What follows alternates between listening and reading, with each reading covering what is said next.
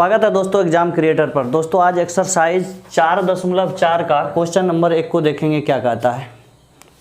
इससे पहले हमने एक्सरसाइज 4.3 का सभी प्रश्न 11 प्रश्न था उससे बता दिया पिछले वाले वीडियो में। आप जा करके देख लीजिए अगर नहीं देखे हैं तो। आइए अगले चैप्टर में जो 4.4 में पहला प्रश्न क्या कहता है देखते हैं। इनमें दिया हुआ निम्न द्विघात समीकरणों के मूलों की प्रकृति ज्ञात कीजिए।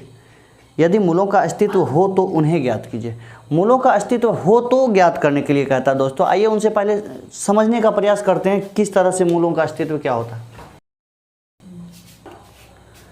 तो आइए इस तरह से द्विघात समीकरण को लेकर के देखते हैं। यदि कोई दोस्तों द्विघात समीकरण ax² + bx + c बराबर 0 दिया है और d का वैल्यू जब निकालते हैं b² - 4ac, इस तरह से निकालते हैं दोस्तों d का वैल्यू।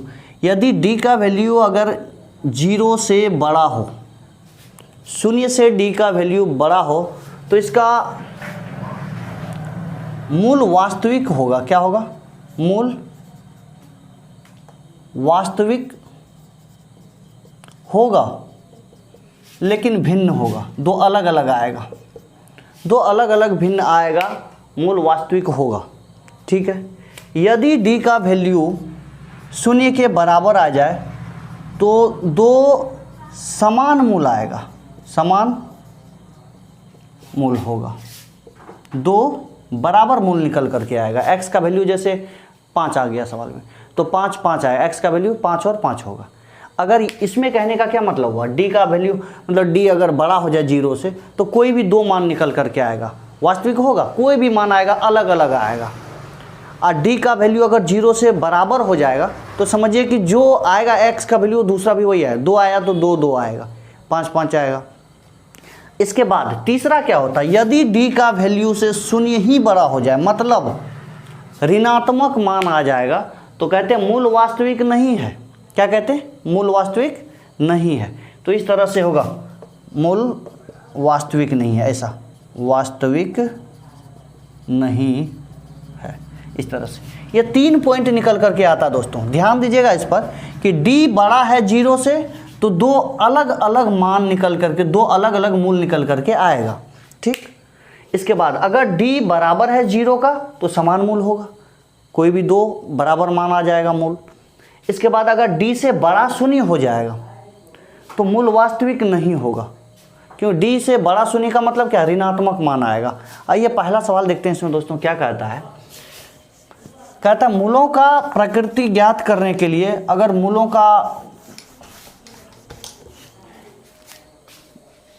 का अस्तित्व है तो उन्हें ज्ञात करना है। पहला सवाल है 2x² - 3x + 5 बराबर 0। एक नंबर में दिया है 2x² - 3x + 5 बराबर 0। आइए इसको देखते हैं किस तरह से होगा। ये जो लिखा हुआ है दोस्तों इस तरह से, चूंकि लिखा हुआ इस रूप में ax² + bx + c बराबर 0 ऐसा लिखा हुआ है, तब जाकर के x² के साथ में जो है वो a होगा तो 2 है तो a की वैल्यू क्या हुआ? 2। b का वैल्यू x के साथ में कौन है? -3 होगा और c का वैल्यू 5 है। तो चूंकि विवेचक लिखे या विविक्त कर लिखे, कभी कभी आपसे कह देगा विवेचक ज्ञात कीजिए, हिंदी में लिखा रहता है तो वही d का वैल्यू विवेचक b² - 4ac। विविक्त कर भी बोलेगा आप वही करेंगे, d बराबर भी आप वही लिखेंगे। तो d बराबर होता है b² - 4ac। तो इस तरह से -b -3 का स्क्वायर -4 × a की वैल्यू 2 है और c की वैल्यू 5 है तो आ जाएगा 3 का स्क्वायर 9 होगा और 5 दूना 10 चौके 40 हो जाएगा। तो 40 में 9 जाएगा, -31 बचेगा।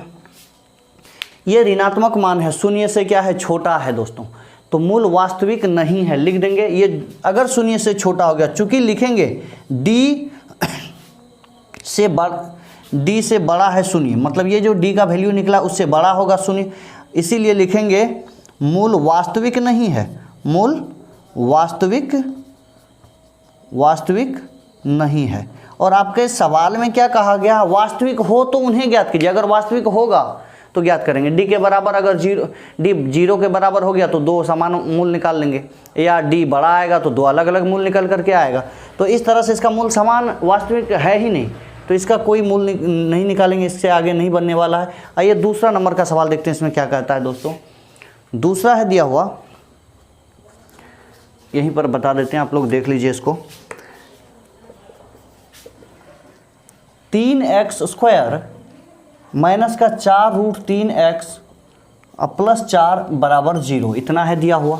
ये भी उसी रूप में लिखा हुआ है, ax² प्लस का bx प्लस c बराबर 0। इसीलिए a का वैल्यू क्या हो जाएगा 3, b का वैल्यू हो जाएगा -4√3 और c का वैल्यू हो जाएगा 4।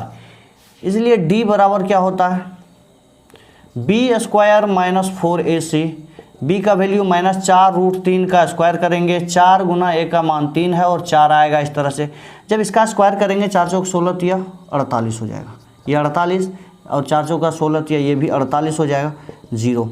अब यहाँ पर मूल जो है ना d का वैल्यू जो है वो 0 के बराबर है। देखिए d कितना आ रहा है 0 आ रहा है, मतलब d बराबर 0 हो रहा है। तो इस तरह से मूल क्या, दो समान मूल आएगा। चूँकि क्या होगा, दो समान मूल आएगा। आइए देखते हैं किस तरह से होगा। इसीलिए x बराबर लिखेंगे -b प्लस -√d बट्टे 2a, या इसको जब d का वैल्यू 0 आ जाता है ना तो करना कुछ नहीं है। इसके लिए आप क्या करेंगे, सीधे लिख देंगे -b अब बट्टे 2a। चूँकि d का वैल्यू 0 है, उसको लिखने की आवश्यकता है नहीं, तो यहाँ पर x बराबर हो जाएगा -b अब बट्टे 2a। तो इस तरह से करेंगे, b की वैल्यू है बराबर -4√3, इधर दोनों तरफ से अंदर भी माइनस कर देंगे, इधर बाहर भी, चूँकि माइनस में है, बट्टे 2 गुना a की वैल्यू 1 है। तो निकल करके आएगा 4√3 बट्टे 2, तो 2 दूना 4, तो 2√3 और 2√3 आएगा, दो समान मूल आएगा दोस्तों। ये दोनों प्रश्न हमने सॉल्व कर दिया दोस्तों। अब तीसरा प्रश्न देखते हैं क्या कहता है। पहले इसको मिटा दें। तीसरा दिया हुआ 2x² - 6x + 3 = 0। ये तीसरा नंबर में 2x² - 6x + 3 -6x + 3 = 0। अगर इसको द्विघात बहुपद के रूप में देखा जाए ax² + bx + c = 0, तो a की वैल्यू निकल करके क्या आएगा 2। चूँकि x² के साथ गुणांक में जो होता है वो a का वैल्यू है तो 2 है, x के साथ जो गुणांक में वो b है तो b की वैल्यू -6 हो जाएगा और c बराबर हो जाएगा 3। इसीलिए d बराबर b² - 4ac। तो b -6 का स्क्वायर कर देंगे, 4 गुना a का मान 2 है, c का मान 3 है, 6 का स्क्वायर 36 होगा, 4 दूना 8 या 24 हो जाएगा। यहाँ 6 में 4 जाएगा 2 और 3 का 12 बचेगा, यहाँ पर 36 में 24 जाएगा 12 बचेगा।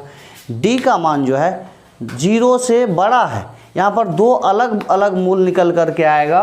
तो इसके लिए क्या करेंगे, इसीलिए x बराबर -b प्लस -√d बट्टे 2a करेंगे।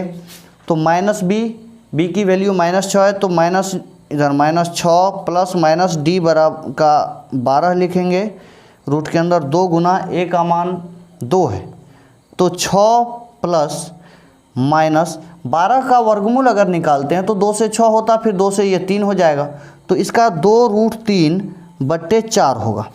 तो 6 प्लस 2√3 बट्टे 4 और एक आएगा 6 माइनस 2√3 बट्टे 4। लेकिन ये नहीं हुआ, अभी यहाँ इससे आगे और निकल करके आएगा इसमें कि देखिए इन दोनों से 2 कॉमन हो जाएगा, तो 2 अगर कॉमन करते हैं तो 3 प्लस 2 3√3 बट्टे 2 होगा। अब ये आया कैसे, तो चलिए देखते हैं करके। दोनों में से 2 कॉमन करेंगे, 3 प्लस √3 अब बट्टे होगा 4, इधर होगा 2 से 3 माइनस √3 बट्टे 4, 2 दूना 4 फिर 2 दूना 4, तो 3 प्लस √3 बट्टे 2 और 3 माइनस √3 बट्टे 2। हमने यहाँ पर d का वैल्यू जो है बताया कि दोस्तों 0 से अगर बड़ा हो तो 2 अलग अलग मूल निकल कर के आएगा। यहाँ पर 2 अलग अलग मूल निकल कर के आया है। उम्मीद है दोस्तों ये समझ में आ गया होगा। हमने 1 नंबर का जो है 4.4 का, 1 नंबर का तीनों प्रश्न को हल कर दिया है। आप लोग नोट कर लीजिए। मिलते हैं अगले वीडियो में।